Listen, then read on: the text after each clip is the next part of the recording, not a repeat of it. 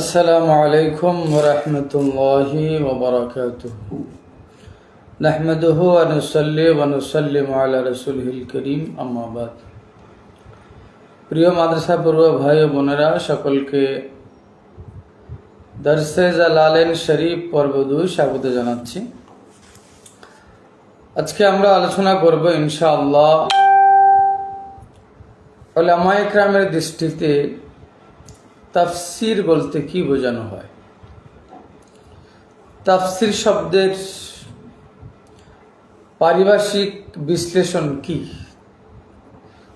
তাফসীর বলতে কি বোঝানো হয়। আল বাহরুল মুহিত ফিত তাফসীর এই গ্রন্থে আল্লামা আবু হায়ান আল আন্দালুসি উনি তাফসীরের একটি জামে মানে পরিচয় দিয়েছেন, সেটা হলো আত-তাফসীরু ইলমুন ইউবহাসু ফীহি আন কাইফিয়াতিন নুতকি বিআলফাজিল কুরআন। উনি বলছেন তাফসীর হলো এমন এক ইলম যে ইলমের মধ্যে আলোচনা করা হয় কি নিয়ে, আন কাইফিয়াতিন নুতকি বিআলফাজিল কুরআন, কোরআনের শব্দগুলো বলার পদ্ধতি, কোরআনের শব্দগুলো উচ্চারণ করার পদ্ধতি, কোরআনের শব্দগুলো তেলাওয়াত করার পদ্ধতি সম্পর্কে। আর কি, ওয়া মাদলুলাতিহা আই মাদলুলাতি আলফাজিল কোরআন, কোরআনের শব্দাবলীর মদলুলাত মানে আলফাজ কোরআনের মদলুলটা কি, কোরআনের কোন শব্দ কি বোঝাচ্ছে। ওয়া আহকামিহাল ইফরাদিয়্যা ওয়াত তারকিবিয়্যা। 3 নম্বর বলছে কোরআন কারীমের শব্দাবলীর যেই ইফরাদি হুকুম এবং তারকিব হুকুম। তার মানে হলো শব্দগুলো একটা একটা ভাবে ধরলে তখন কি হুকুম, আর যখন তারকিবান জুমলাতান যখন বিবেচনা করা হয় তখন কি হুকুম। ওয়া মাআনিহা আল্লাতী তুহমালু আলাইহা হালাতুত তারকিব।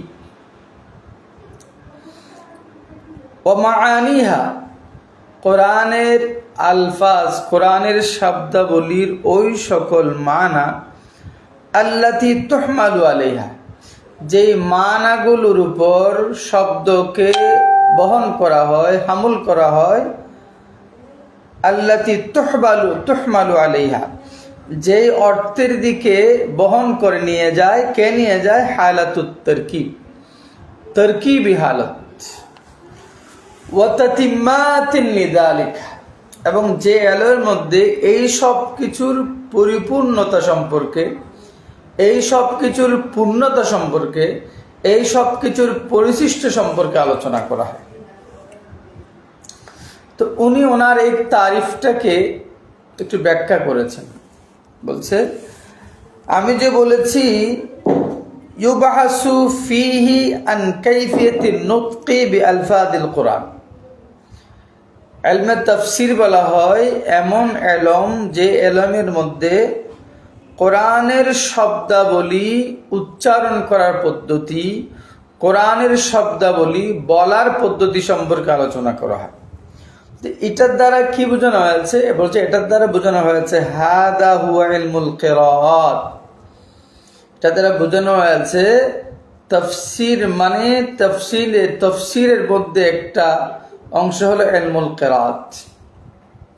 কোরআনের তাফসীর করা মানে ইলমুল কিরাআত, কিরাআত সম্পর্কে আলোচনা করা, কিরাআত সম্পর্কে জানা, কিরাআত নিয়ে আলোচনা করা। ওয়া কাউলুনা মাদলুলাতিহা, বলছে আমি যে বলছি মাদলুলাতিহা আই মাদলুলাতি তিলকাল আলফাজ, কোরআনের শব্দগুলির মদলুল মানে কোরআনের কোন শব্দ কি বোঝাচ্ছে, কোন অর্থ বোঝাচ্ছে, এটা মানে হাদা হুয়া ইলমুল লুগা আল্লাযী ইহতাজু ফীহি ফি হাযাল ইলম আল্লাযী ইহতাজু ইলাইহি ফি হাযাল ইলম। বলছে এই মদলুলাতু আলফাজুল কোরআন বলতে বোঝানো হয়েছে ইলমুল লুগা। কোন লুগা? তাফসীর করতে গিয়ে যেই সমস্ত লুগাবি ইলম থাকা প্রয়োজন। মদলুলাতু আলফাজুল কোরআন মানে কোরআনের শব্দাবলীর লুগাবি ইলম, লুগতি ইলম। وقولنا وأحكامها الإفرادية والتركيبية। এরপর উনি বলেছেন কোরআনের শব্দাবলীর ইফরাদি বিধিবিধান, তরকিবি বিধিবিধান। এটার মানে কি?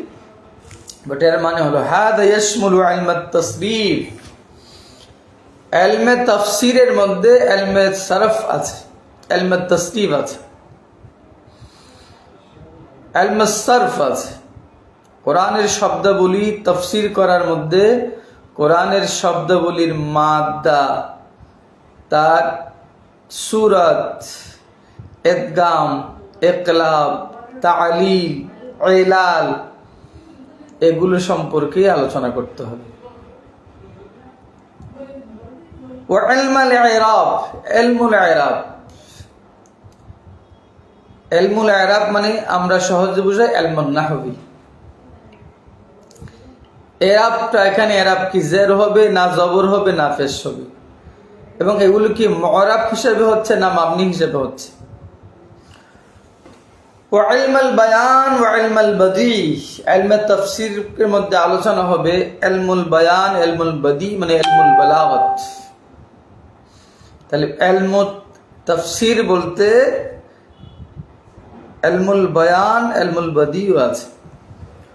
ومعانيها التي تحمل عليها حالة التركيب, এবং ওই সমস্ত অর্থ যেই সমস্ত অর্থের দিকে হামল করা হয়, কে হামল করে, কখন হামল করে? হালাতুত তারকিব, তরকিব অবস্থায় যেই অর্থগুলোর দিকে শব্দগুলোকে বহন করা হয়।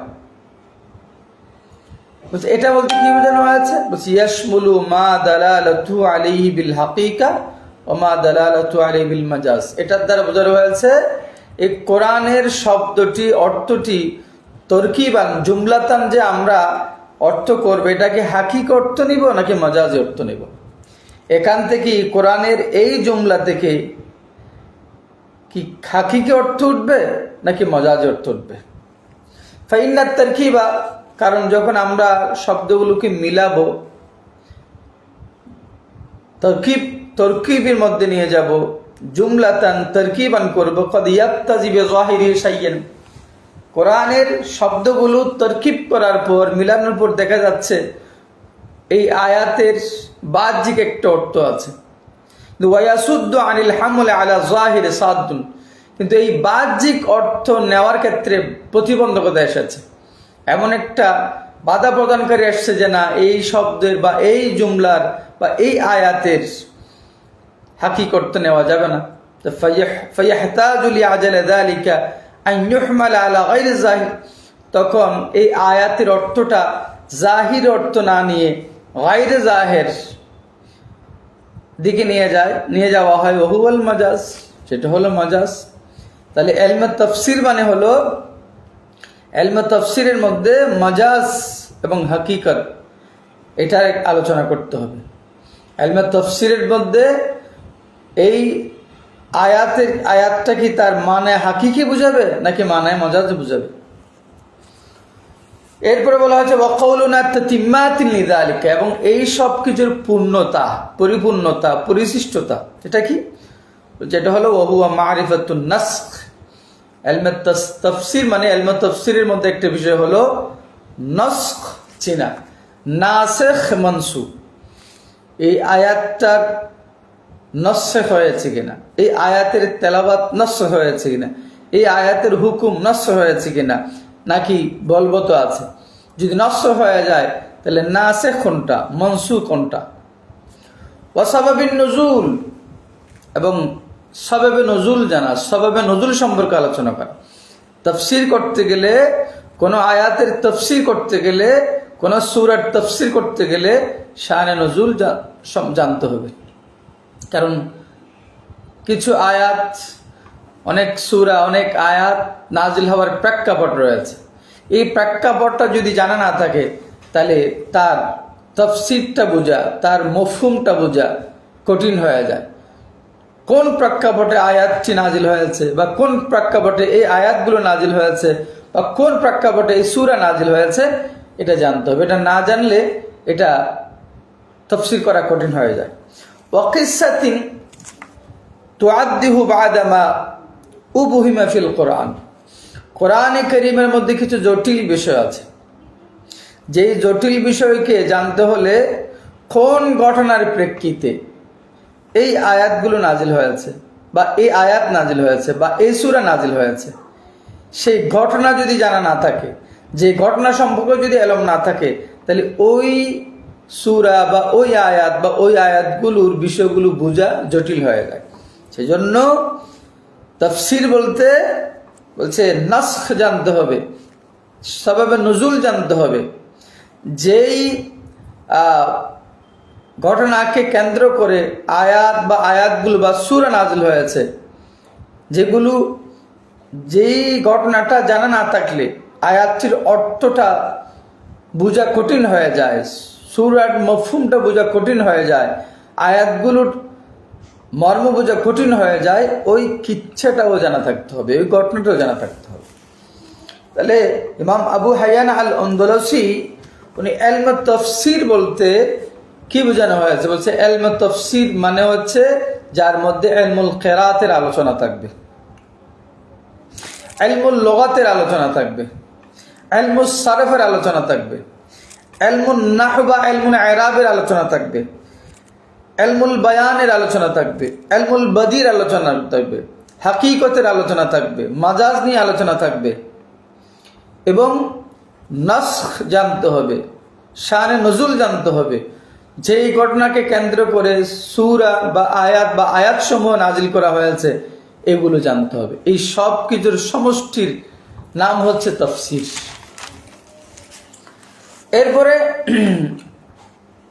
আল্লামা আবু আবদুল্লাহ বদরুদ্দিন মুহাম্মদ বিন আবদুল্লাহ বিন বাহাদুর আজ-জারকাশি, যিনি 794 হিজরিতে ইন্তেকাল করেছেন, উনি আল বুরহান ফি উলুমিল কোরআনের মধ্যে বলেছেন, আত-তাফসীর, তাফসীর হলো ইলমুন, ইলম, ইউরাফু বিহি, যেই ইলম দ্বারা মারফত হাসিল করা যায়, যে ইলম দ্বারা চেনা যায়, যে ইলম দ্বারা সক্ষম হওয়া যায়, কি ফাহমু কিতাবিল্লাহ, আল্লাহর কিতাব বুঝার, এমন ইলম যে ইলম দ্বারা আল্লাহর কিতাব বুঝার মারফত হাসিল হয়। কোন কিতাব? আল মুনাজ্জালি আলা নবীহি মুহাম্মাদিন সাল্লাল্লাহু আলাইহি ওয়াসাল্লাম, যে কিতাবটা তার প্রিয় হাবিব, তার প্রিয় নবী মুহাম্মদ রাসূলুল্লাহ সাল্লাল্লাহু আলাইহি ওয়াসাল্লামের উপর নাজিল করা হয়েছে। আর কি? ওয়া বায়ানু মাআনিহি, যেই ইলম দ্বারা কোরআনের অর্থগুলো জানা যায়। ওয়া ইস্তিখরাজু আহকামিহি ওয়া হিকামিহি, কোরআন থেকে হুকুম হাকাম বের করার এবং কোরআনের হিকমতগুলো বের করা যায়। ও ইস্তেমদাদু যালিকা, এবং এই সবগুলোর ব্যাপারে কিভাবে সহযোগিতা নিতে হয়, মিন ইলমিল লুগা, ইলমে লুগাত থেকে, ওয়ান নাহবি, ইলমে নাহু থেকে, ওয়াত তাসরিফ, ইলমে সরফ থেকে, ওয়া ইলমুল বায়ান, ইলমুল বায়ান থেকে, ওয়া উসুলিল ফিকহি, উসুলি ফিকহ থেকে, ওয়াল কিরাআ, এবং ইলমুল কিরাত থেকে, এবং ওয়াইহতাজু, ওই সব ইলম যেগুলোর ক্ষেত্রে যেগুলোর দিকে মুখাফিক্কি হতে হয়, লিমারিফাতে আসবাবিন নুজুল, সাবাবে নুজুল জানার জন্য, ওয়ান নাসখি, নাসে জানার জন্য, ওয়াল মানসুখ, এবং মানসু জানার জন্য। এটার নাম হলো তাফসীর। তার মানে ইমাম জারকাশি বুঝাতে চেয়েছেন তাফসীর করার জন্য ইলমে লুগাত, ইলমে নাহু, ইলমে সরফ, ইলমুল বায়ান, ইলমে উসুলিল ফিকহ, ইলমুল কিরাত, এবং ইলমু আসবাবিন নুজুল, ইলমুন নাসে ওয়াল মানসুখ, এগুলো জানা থাকতে হবে। এইগুলো নিয়েই কোরআন, এগুলোর মাধ্যমে কোরআনের আয়াত নিয়ে, কোরআনের শব্দ নিয়ে, কোরআনের লফজ নিয়ে আলোচনা করার নাম হলো তাফসীর। ইলমে লুগাতের আলোকে, ইলমে নাহউর আলোকে, ইলমে সারফের আলোকে, ইলমুল বায়ানের আলোকে, ইলমে উসুলুল ফিকহের আলোকে, ইলমে কিরাআতের আলোকে, ইলমে আসবাবিন নুজুলের আলোকে, ইলমুন নাসিখ ওয়াল মানসুখের আলোকে কোরআনের শব্দগুলো নিয়ে আলোচনা করার নামই হলো তাফসীর। এরপরে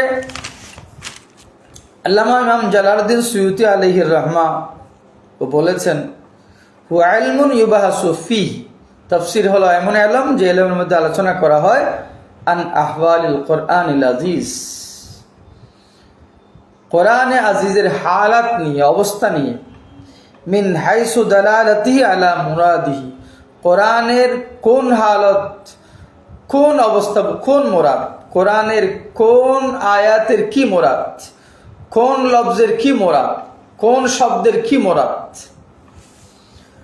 বিহাসবি তাকাতিল বাশারিয়া, মানুষের সামর্থ্য মোতাবেক কোরআনের শব্দ থেকে কি মুরাদ, মানে আল্লাহ পাক রব্বুল আলামিন এই লফজ দিয়ে আল্লাহ কি মুরাদ নিয়েছেন, এই আয়াত থেকে আল্লাহর কি মুরাদ,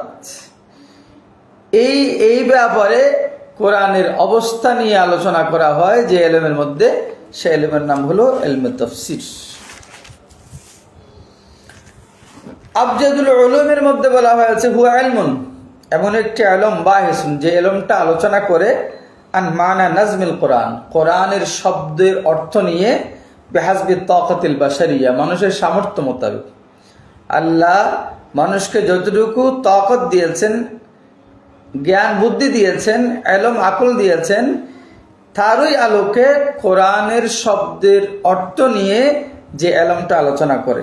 ওয়া বিহাসবে মা তাকতাজিহিল কাওয়াইদুল আরাবিয়া, এবং আরবি ব্যাকরণ মোতাবেক, আরবি ব্যাকরণ মোতাবেক, মানুষের সামর্থ্য মোতাবেক কোরআনে করিমের শব্দের অর্থ নিয়ে যে ইলম আলোচনা করে, সে ইলমের নাম হলো ইলমে তাফসীর।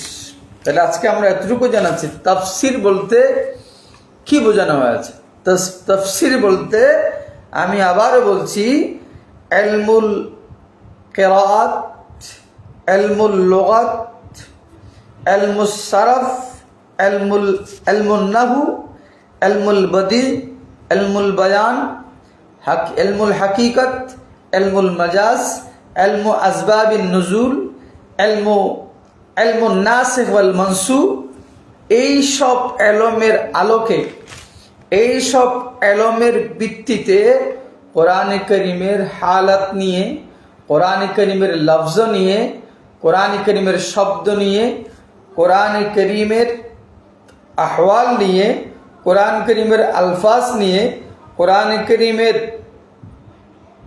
আলফাজের অর্থবলি নিয়ে আলোচনা করার নাম হলো তাফসীর। আজকের মতো এখানে শেষ করছি। আসসালামু আলাইকুম ওয়া রাহমাতুল্লাহি ওয়া বারাকাতুহু।